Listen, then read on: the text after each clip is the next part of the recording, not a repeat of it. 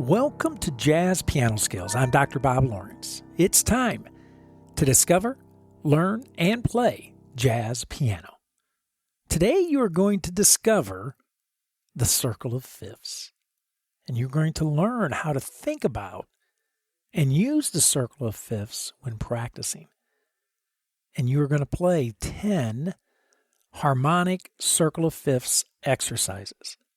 So as I always like to say, regardless of where you are in your jazz journey, a beginner, an intermediate player, an advanced player, or even if you consider yourself a seasoned and experienced professional, you are going to find this Jazz Piano Skills podcast lesson exploring the circle of fifths to be very beneficial.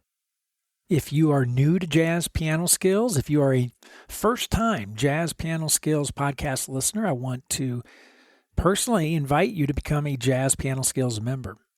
Visit JazzPianoSkills.com to learn more about the abundance of jazz educational resources, materials, services that are available for you to utilize to help you develop into an accomplished jazz pianist. For example, as a Jazz Piano Skills member, you have access to all of the educational podcast packets, the illustrations, the lead sheets, the play-alongs that I produce and I develop and publish for every weekly podcast episode. These are invaluable tools that you're going to want to use to study and to practice with. So as a Jazz Piano Skills member, you also have access to the sequential jazz piano curriculum, which is loaded with comprehensive courses that use a self-paced format, educational talks, interactive media, video demonstrations in all 12 keys, play-alongs, and much, much more. Also, as a Jazz Piano Skills member, you have a reserved seat in the online weekly masterclass, which in essence is an online lesson with me every single week. You also, as a Jazz Piano Skills member, have access to the private Jazz Piano Skills community, which hosts a variety of engaging forums, podcast-specific forums, course-specific forums, and just general jazz piano forums as well. And last but certainly not least, you have access, as a Jazz Piano Skills member, you have access to unlimited private, personal, and professional educational support whenever and as often as you need it. Again, visit JazzPianoSkills.com to learn more about all the educational opportunities and how to easily activate your membership.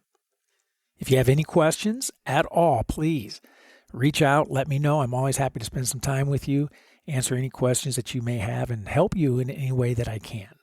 Okay, so let's discover, learn, and play jazz piano. Let's discover, learn, and play the circle of fifths.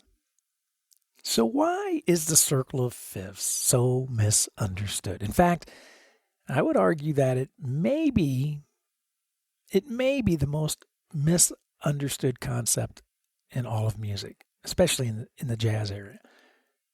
Maybe second to voicings, but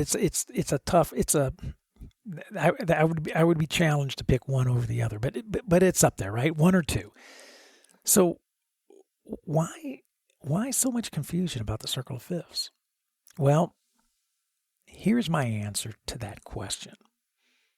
The circle of fifths is so misunderstood because it's so poorly taught, right? So to prove my point, just do a circle of fifths Google search and then look at all the different images of the circle of fifths. Enough said. Just a casual glance at all of the various images will give you a headache and leave you scratching your head wondering, what the heck? I mean, some of the circle of fifths diagrams look like hieroglyphics.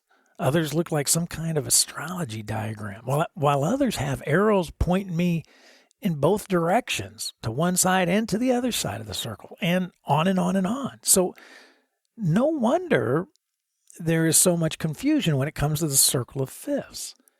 So my goal here today is pretty simple. It is to clear up any misunderstandings and misconceptions that you may have about the circle of fifths, and In doing so, help you begin using it as a practice tool that will help you gain a command of essential skills and ultimately expedite your musical development. So I want to begin by explaining what the circle of fifths is not. Okay? The circle of fifths is not, number one, it is not a cute way to organize and diagram musical keys. Right? You see it all the time. Key of C, no sharps, no flats. If you go to the left, key of F, one flat. And check this out. If you go to the right, key of G, one sharp. That's cute, right?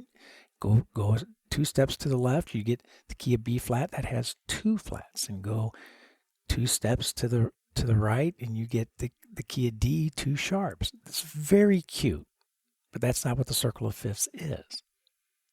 Number 2, the circle of fifths is not a way to conveniently pair major and minor keys together. You see that all the time in the images as well. Just another layer of confusion. Number 3, the circle of fifths is not the circle of fourths, right? You see this diagrammed. When moving to the left, it's the circle of fifths. The way they diagram it actually is the other way. Moving to the right is the circle of fifths, which is completely wrong, and moving to the left, the circle of fourths, right? Very confusing. And number 4, it is not some kind of musical code to magically unlock and reveal all the secrets hidden within music, which is exactly what some of the Google diagrams inadvertently, at least I hope inadvertently, lead you to believe. Now, don't get me wrong. The circle of fifths can be a convenient and organized way for you to get a handle on key signatures. It can. It can also help you establish the association between major and minor keys, no doubt. But that is not the purpose of the circle of fifths. And in fact, if that is how you use the circle of fifths, or that is what you have thought you thought that was the main purpose of the circle of fifths, then you have truly missed the forest for the trees. Truly. So, what is the point, the purpose of the circle of fifths? Well, here it is. The circle of fifths illustrates harmonic motion, common harmonic motion found in music, the magnetic pull that exists from one chord to the next, especially the 5-to-1 dominant to tonic relationship. And in order to begin understanding this, to begin seeing this, to begin feeling this, to begin hearing this motion, you have to travel counterclockwise around the circle. Initially, it is important that you think of every letter on the circle of fifths. Initially, I think it's important that you think of every letter on the circle of fifths as representing the dominant chord, the 5 chord. So C is the 5th of F. C dominant resolves to F major, 5-to-1. F dominant resolves to B flat major, again, 5-to-1. B flat dominant resolves to E flat major, 5-to-1, and so on around the entire circle. It is this 5-to-1 relationship that gives the circle its name, the circle of fifths, the 5th resolving to the 1. It probably should have been called the circle of 5-1 relationships. In fact, if it had been called the circle of 5-1 relationships, there would probably be a lot less confusion as to what the heck is the purpose of the circle. But the circle actually goes much, much deeper than just 5-1 relationships. I want to take a second and walk you through some more relationships that you need to see within the circle. Now, hopefully you have a circle of fifths in front of you, or hopefully you know it well enough to envision it in your head. So take a look at the letter D on the circle. Now, we've established that the fact that if the D represents a dominant chord, D dominant, it's going to resolve to the next letter on the circle, moving counterclockwise, the letter G, which would represent the 5-1 relationship that we just discussed. But what if we make the letter D a minor chord and treat it as a 2 chord, D minor? Now, the 2 chord wants to progress to the 5 chord, which would be G7, G dominant. What's the next letter on the circle moving counterclockwise from D? Yep, G. And what a coincidence, right? What a coincidence. And the G7, the G dominant, as we know, wants to progress to what chord? Right? The 1 chord, which would be C major. And what's the next letter moving counterclockwise in the circle? Wow. Another coincidence. It's the note C. We now have a 2-5-1 progression, D to G to C. And I know that if you've been poking around in jazz for a while, I know that you are already quite aware of the importance of the 2-5-1 progression. But wait, as the old saying goes, but wait, there's more. After the 2-5-1 progression, the most common progression in jazz is the 6-2-5-1 progression. 6 going to 2, going to 5, going to 1. Check out the letter A on the circle. Let's treat that letter A as the 6th chord in the key of C, which it is. Now, unfold the rest of the progression moving counterclockwise on the circle. Amazing, right? A to D, D to G, G to C. 6, 2, 5, 1. There it is, right there in the circle of fifths. Now, what's the next most important progression in jazz? It's the 3-6-2-5, right? 3-6-2-5-1. Now, check out the letter E on the circle, and let's treat the letter E as the 3 chord in the key of C, which of course it is. And once again, let's unfold the progression using the circle. E to A to D, D to G, G to C. Check out what we have. 3, 6, 2, 5, 1.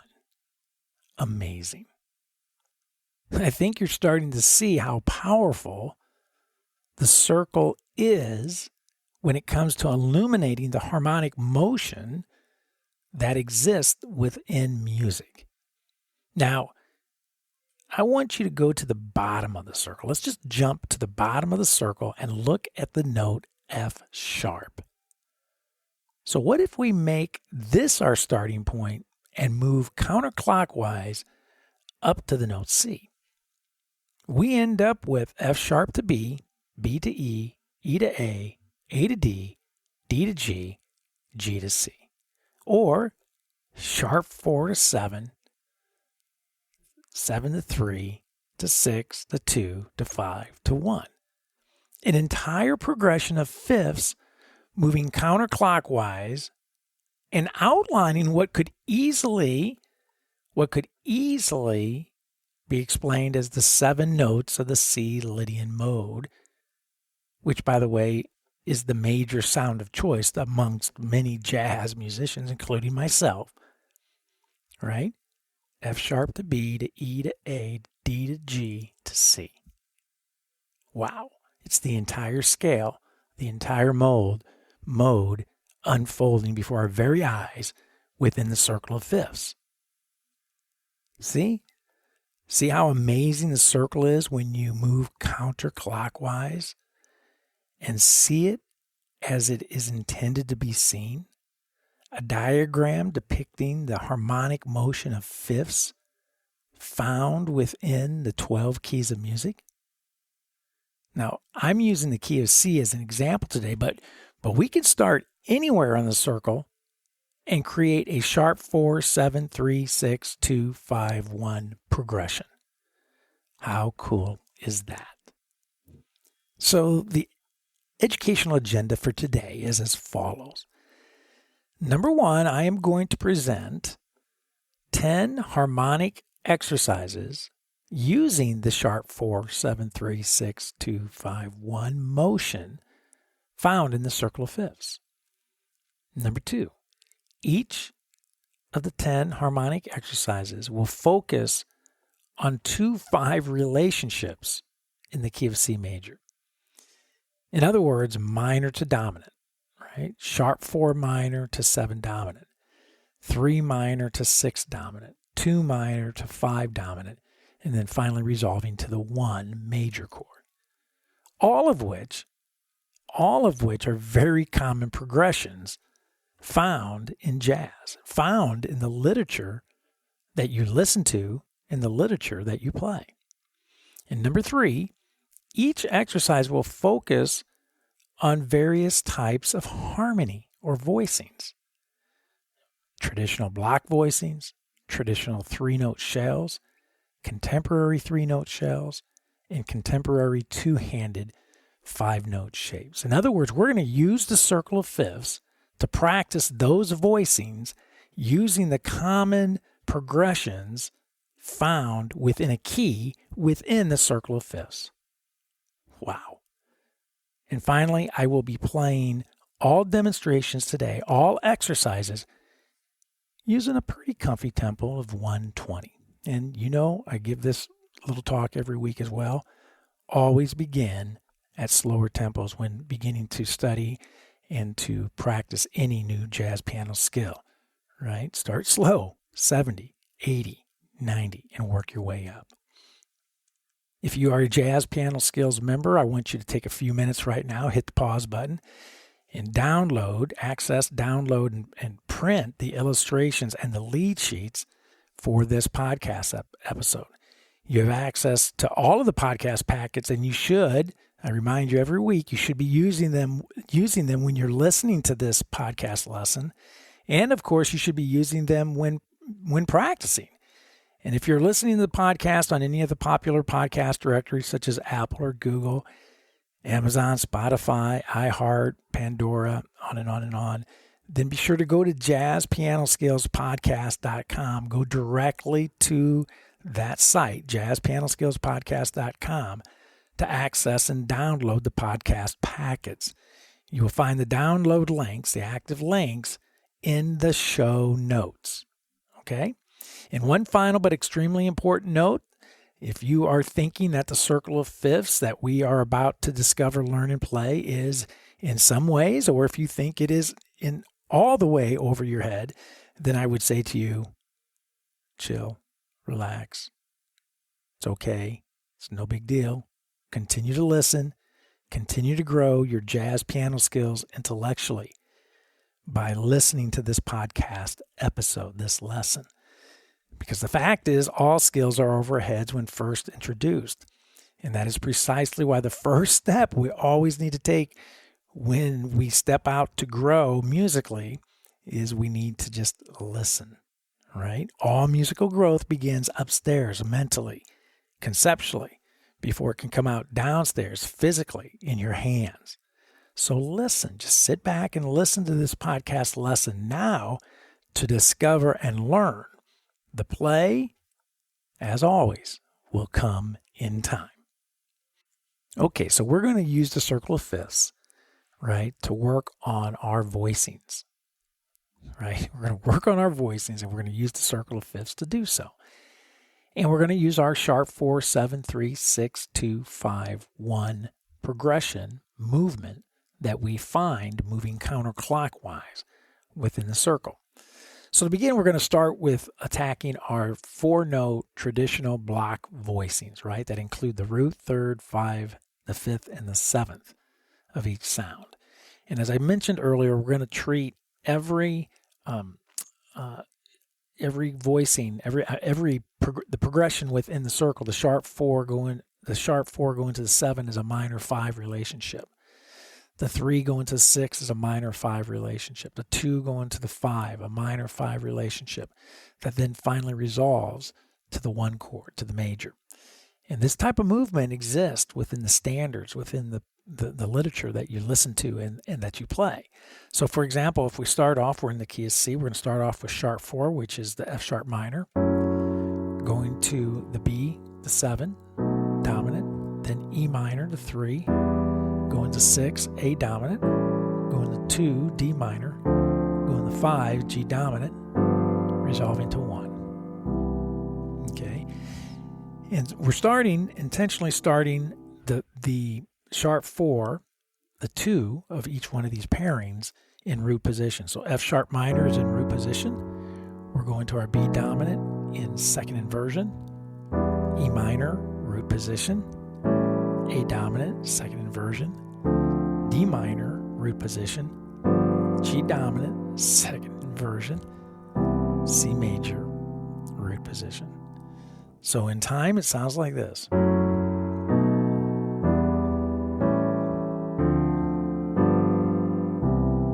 Now you're probably saying to yourself, hey, I've heard that. I hear that. I hear that in the songs I listen to, in the songs I play. And you are absolutely correct. So I want to bring the ensemble in. I'm going to play through this progression, sharp 4, 7, 3, 6, 2, 5, 1, using my minor dominant relationships, pairings. And I'm going to play it first in the left hand a couple times, then I'm going to play it in the right hand a couple times, then I'm going to play it in hands together a couple times. Let's listen to it, then we'll talk about it. Here we go.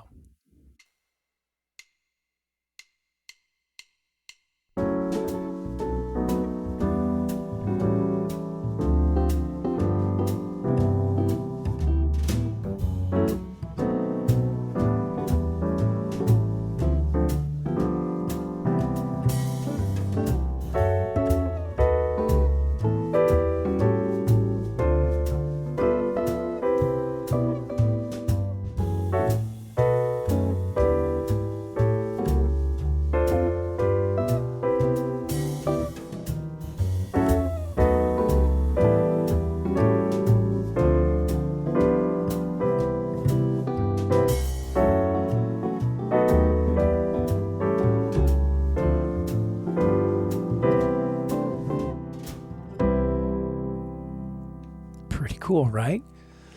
Now I'm going to tell you why these 4-note traditional block voicings are so important to get under your fingers.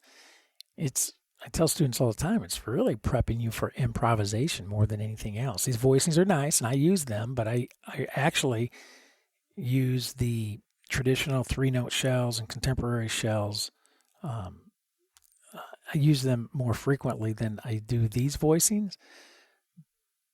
But really, these set you up. These shapes, these root position and inverted shapes, set you up for improvisational development. So they're important, not only harmonically, but melodically is the point that I'm trying to make. So now, if we start our F sharp minor in first inversion instead of root position, right? So we start our F sharp minor in first inversion. Then when we go to B dominant, the 7, that's going to be in third inversion. Okay? And then that's going to be the formula all the way down. Then our E minor is in first inversion, A dominant, third inversion, D minor, first inversion, G dominant, third inversion, finally to the C major in first inversion. Okay? So same progression, sharp 4, 7, 3, 6, 2, 5, 1, right? Same minor dominant 2, 5 relationships, except this time we're starting the whole sequence, the entire sequence, starting it with first inversion minor with our sharp 4, F sharp minor. So let's bring the ensemble in. Let's listen to it. Again, I'm going to play it a couple times in the left hand, play the progression a couple times in the right hand, and then hands together. Here we go. Let's check it out.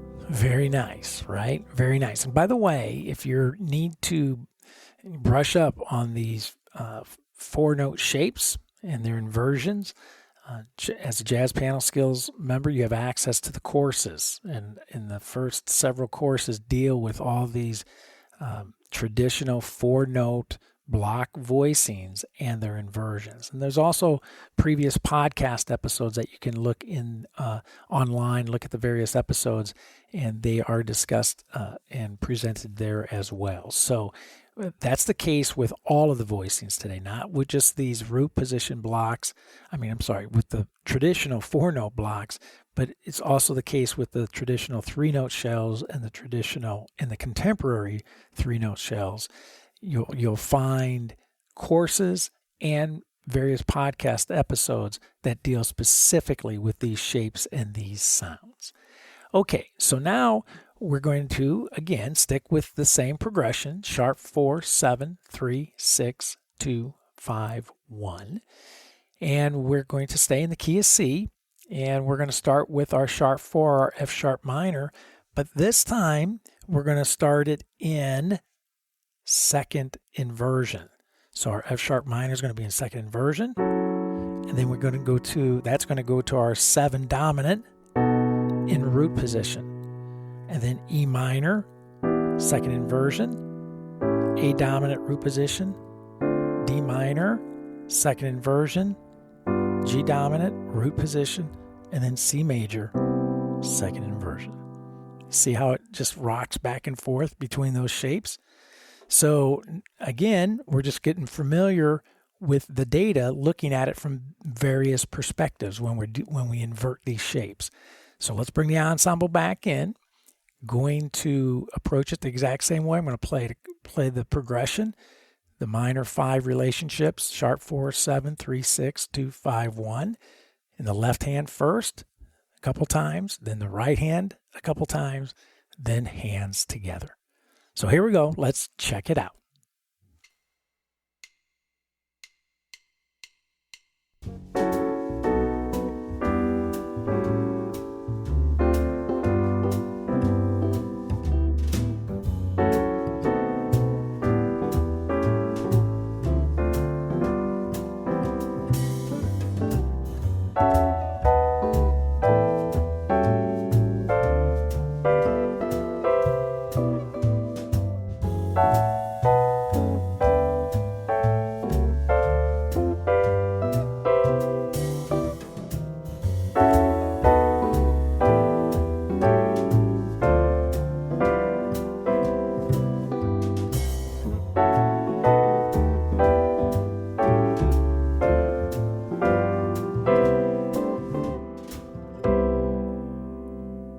Okay, only one more variation to explore with these traditional 4-note block voicings. We're going to start our F sharp minor now in third inversion. So it's going to sound like this. Going to our B dominant 7, our 7 in first inversion. E minor, third inversion. A7, first inversion. D minor, third inversion. G dominant, first inversion, and then our C major finally resolving to the 1 in third inversion. So same progression, sharp 4, 7, 3, 6, 2, 5, 1, lifted right from our circle of fifths, moving counterclockwise, playing minor dominant relationships all the way through the sound in the key of C major. Sharp 4, 7, 3, 6, 2, 5, 1. So again, bringing the ensemble back in, I'm going to play this variation in the left hand a couple times, then in the right hand a couple times, and then hands together. So let's check it out and see what we think. Here we go.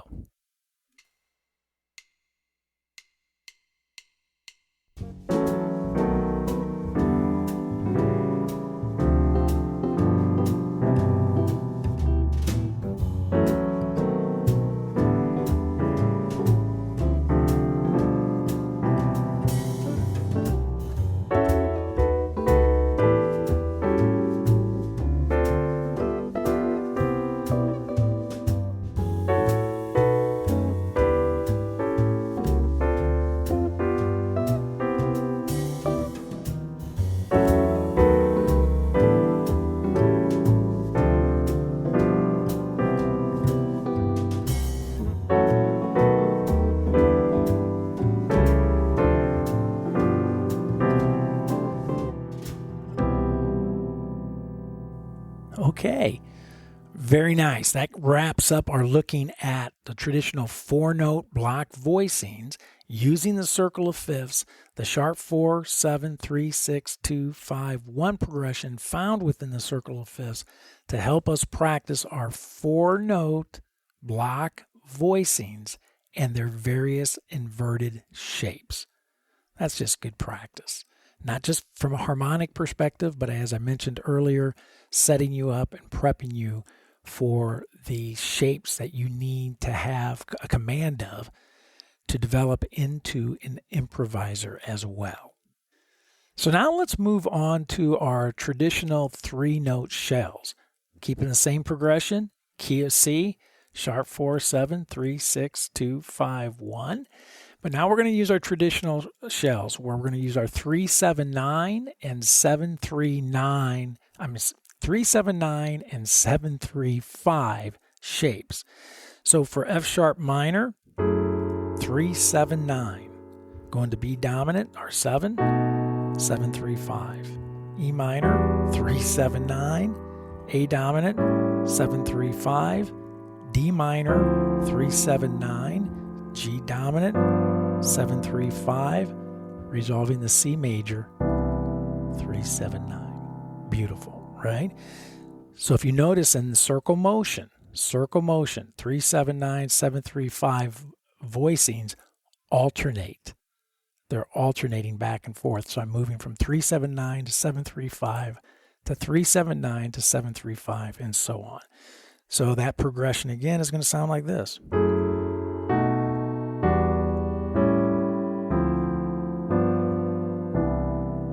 Really nice. So now let's place it into a musical context. Let's bring the ensemble back in. And you're going to be hearing me play these voicings in my left hand, these shells. And you're going to hear me play through it several times.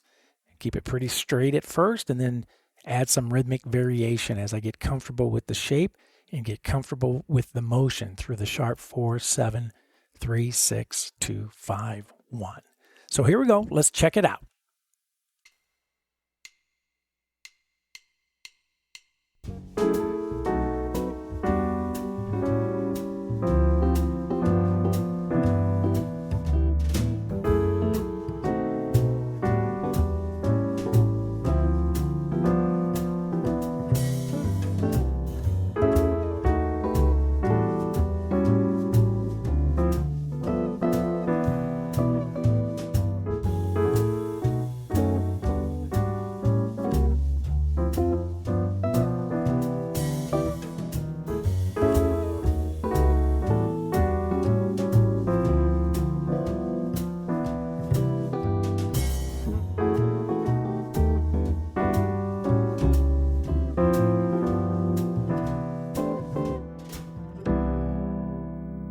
Very nice. Love it. Great sounds. Those shells, these 3, 7, 9 and 7, 3, 5 shells need to be in your arsenal. You need to have these shapes in your arsenal when playing jazz piano. So now we're just going to reverse it, right? We started with 3, 7, 9 going to 7, 3, 5, alternating back and forth. But now we're actually going to start with the 7, 3, 5, which will then go to 3, 7, 9. So now our F sharp minor is going to be a 7, 3, 5 voicing, going to our B7 or our 7th chord, and that's going to be 3, 7, 9, and so forth through the entire progression. So same shells, the exact same 3-note shells that I just played, except now instead of starting the progression, the movement, the motion through the entire progression in the key of C, instead of starting with the 3, 7, 9 shape, I'm going to start with the 7, 3, 5 shape. Okay? So let's bring the ensemble back in. Let's take another listen, see how these 3-note traditional shells sound when using circle motion and alternating from 7, 3, 5 to 3, 7, 9. So here we go. Let's check it out and see what we think.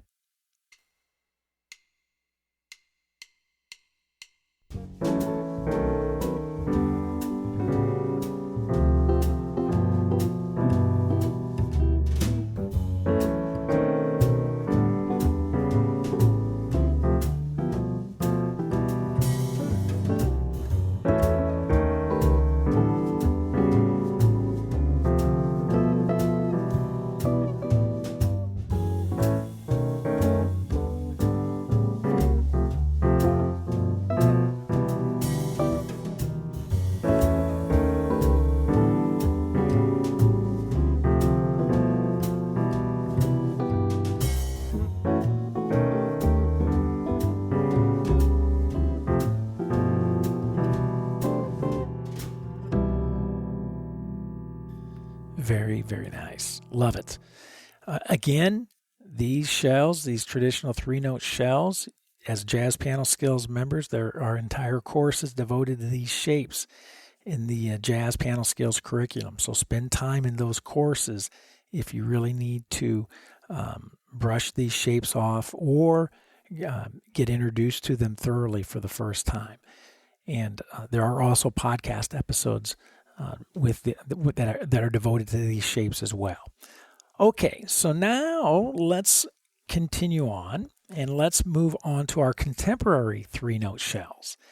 The difference here, the 3-note shells that we just finished up with always had an interval of a third contained within the shape. These voicings, the contemporary 3-note shells, are built primarily on the interval of a fourth. So for instance, our F sharp minor, starting on the root, would be voiced as an F sharp, B, and an E. All fours, right? And then from there so that's root position, F sharp minor, root position. Then we're going to go to the B dominant, starting with the 7th in our little finger. But again, A to D sharp to G sharp. Again, all fours. So it sounds like this: F sharp minor to B, 7. Nice. E minor to A7 to D minor to G7, C major. Right? Different sound, especially if you're not used to hearing fourths. But we're going to use this circle of fifths as a way to practice these shapes, as a way to practice this common motion going from sharp 4 to 7 to 3 to 6 to 2 to 5 to 1. And I'm going to play the minor voicing off, starting with the root on the bottom, the dominant voicing starting with the 7th on the bottom, both built using fourths, and then finally resolving to C major at the end with the 3rd on the bottom, again built using all fours. So let's bring the ensemble in, let's check it out, see what we think. Here we go.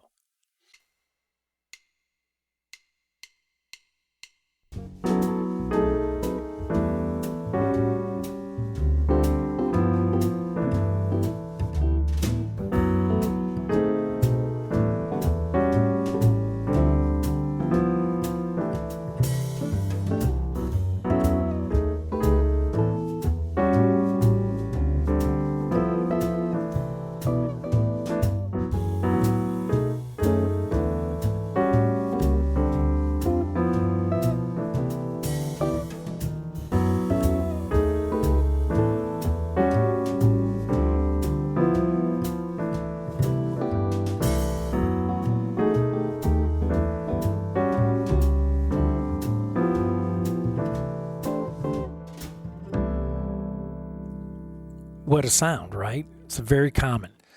Contemporary jazz pianists, these are the types of voicings that you're hearing all the time. In fact, you're hearing a combination of all these voicings that we're doing today, right?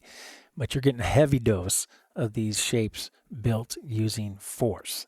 So now we're going to do the same thing. We're going to continue to work through our circle of fifths, sharp 4, 7, 3, 6, 2, 5, 1. We're going to continue to use our contemporary 3-note shells, but now we're going to start our minor chord on the 5th of the sound, right? So for our F sharp minor, we're going to start on C sharp, F sharp, and B, right? Then when we go to our B dominant, we're going to actually go to the 3rd of the B dominant. So our B dominant will be D sharp, G sharp, C sharp. Okay, so again, F sharp minor to B dominant. And then we're going to work our way down. E minor off the 5th, A dominant off the 3rd, D minor off the 5th, G dominant off the 3rd, and then finally C major off the 7th. Wow. Okay, so let's bring our ensemble back in. Let's check this out and see what we think. Here we go.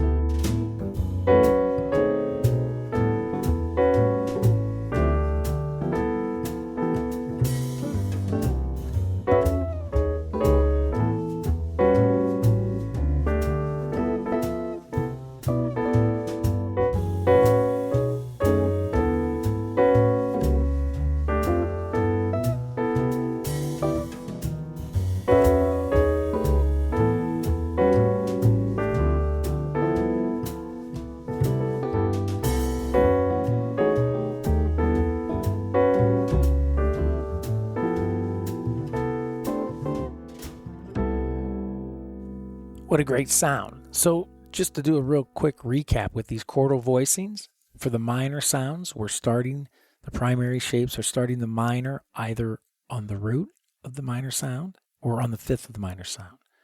On the dominant chord, on the third or the seventh of the sound.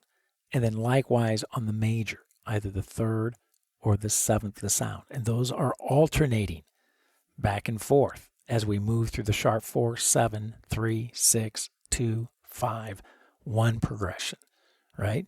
Just as with our traditional shells, 3-7-9 to 7-3-5 alternated, same thing here, right? The minor root going to the dominant on the seventh is going to alternate those voicings, or the minor on the fifth alternating with the dominant on the third. All right. Again, there are courses within the Jazz Piano Skills curriculum that will help walk you through all of this. I'm illustrating today how we can practice these shapes using the circle of fifths and using the proper understanding of the circle of fifths in order to practice harmonic shapes, voicings, and harmonic movement at the same time. Smart practice indeed. So now we move on to our two-handed shapes. Okay, two-handed voicings that are split between the left hand and the right hand. So our F sharp minor, again, starting on the root, going to our B dominant, going to our E minor, going to our A's dominant, going to our D minor, going to our G dominant, going to C major. Again, sharp 4, 7, 3, 6, 2, 5, 1. Wonderful sound. Okay, so let's bring the ensemble in. Let's check out these two-handed voicings in a musical context using the circle of fifths and our sharp 4, 7, 3, 6, 2, 5, 1 progression. Very cool. Let's check it out and see what we think. Here we go.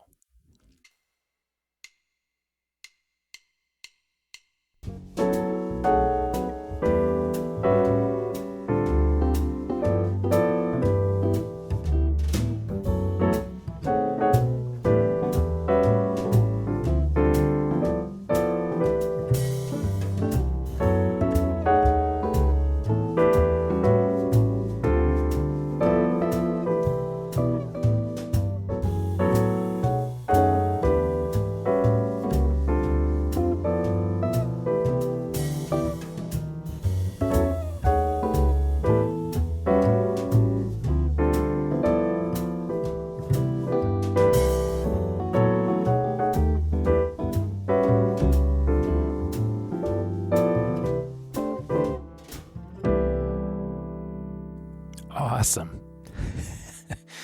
Really awesome. I want to clarify one thing, however. With those voicings, I was playing my F sharp minor, starting with the root on the bottom, going to B dominant, my dominant shapes with the seventh on the bottom. So every minor had the root on the bottom, every dominant had the seventh on the bottom. Root on the bottom, seventh on the bottom, and then the major with the third on the bottom. Now, we're going to just use another sequence where we're going to start with our F sharp minor with the fifth on the bottom. So that's C sharp on the bottom. Go into our B7 with the third on the bottom. So it's going to alternate like that all the way through the progression. E minor with the fifth on the bottom. A seventh with the third on the bottom. D minor with the fifth on the bottom. G dominant with the third on the bottom. And then C major with the seventh on the bottom. So it sounds like this.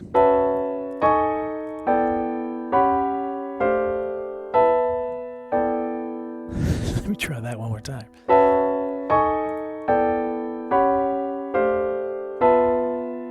There we go.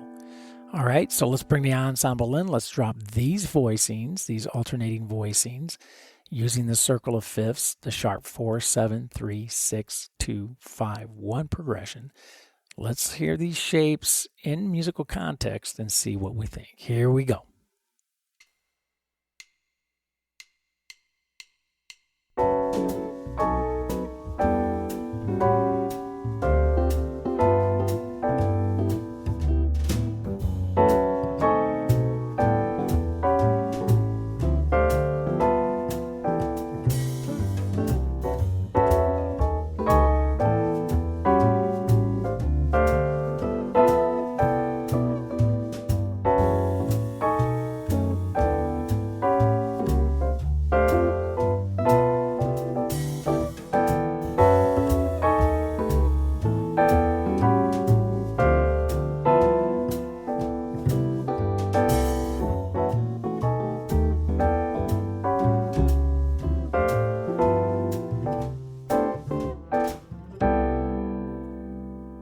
very cool, right? How very cool. We have used the circle of fifths today with our understanding of the circle of fifths, that it is there to illuminate for us common harmonic motion that exists within music, especially within the jazz literature that we play. This 5-1, 2-5-1 relationship, this circle motion. Why is that so important? Because there's only really 3 types of harmonic movement that exist in music: circle motion, chromatic motion, and diatonic motion. By far, circle motion is the most important and found most frequently throughout all the literature that you're going to play. So the circle of fifths illuminates this very important motion. So we took the circle of fifths today and we unveiled within the circle, moving counterclockwise, we unveiled the sharp 4-7-3-6-2-5-1 movement. And we yanked it out of that circle for the key of C. And then we used that understanding of that motion to practice what? Practice voicings. So we practice traditional 4-note block voicings so that we can practice our inverted shapes.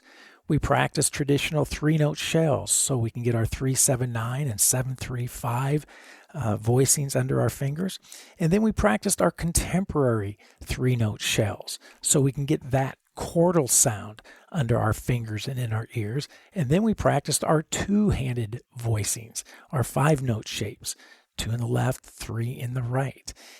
So we took our voicings, applied them to the circle of fifths and to the common motion, the sharp 4-7-3-6-2-5-1 motion that the circle illuminates for us, that is also found within all the literature that we play.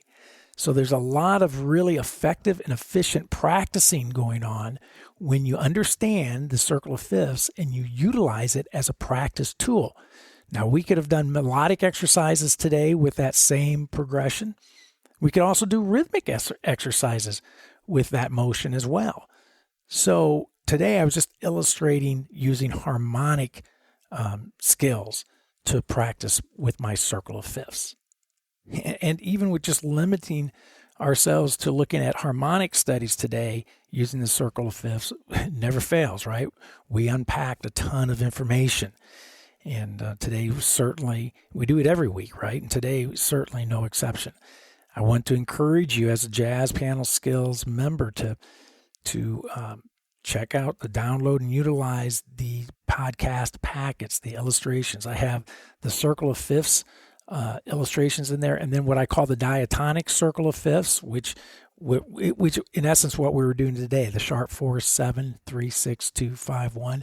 I call those diatonic because we're staying within a key, within a specific key, and today we stayed within the key of C.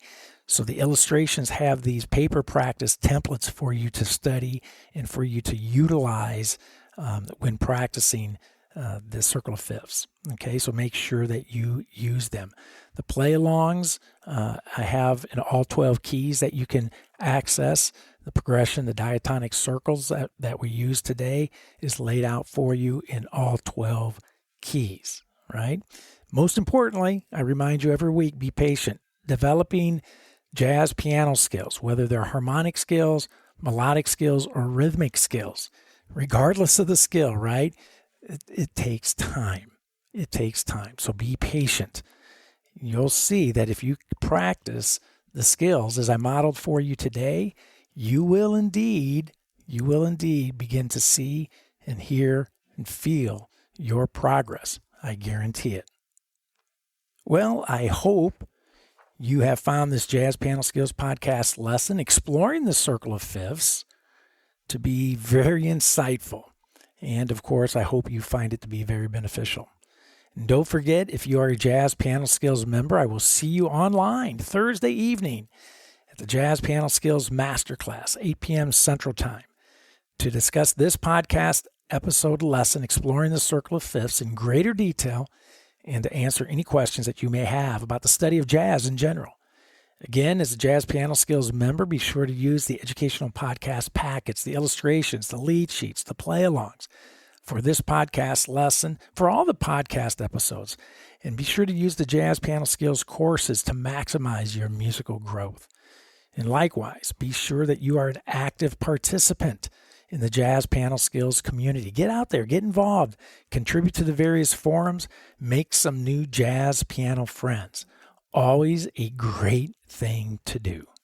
You can reach me by phone, 972-380-8050. My extension is 211. Or by email, Dr. Lawrence, drlawrence at jazzpianoskills.com, or by SpeakPipe, found throughout the Jazz Piano Skills website.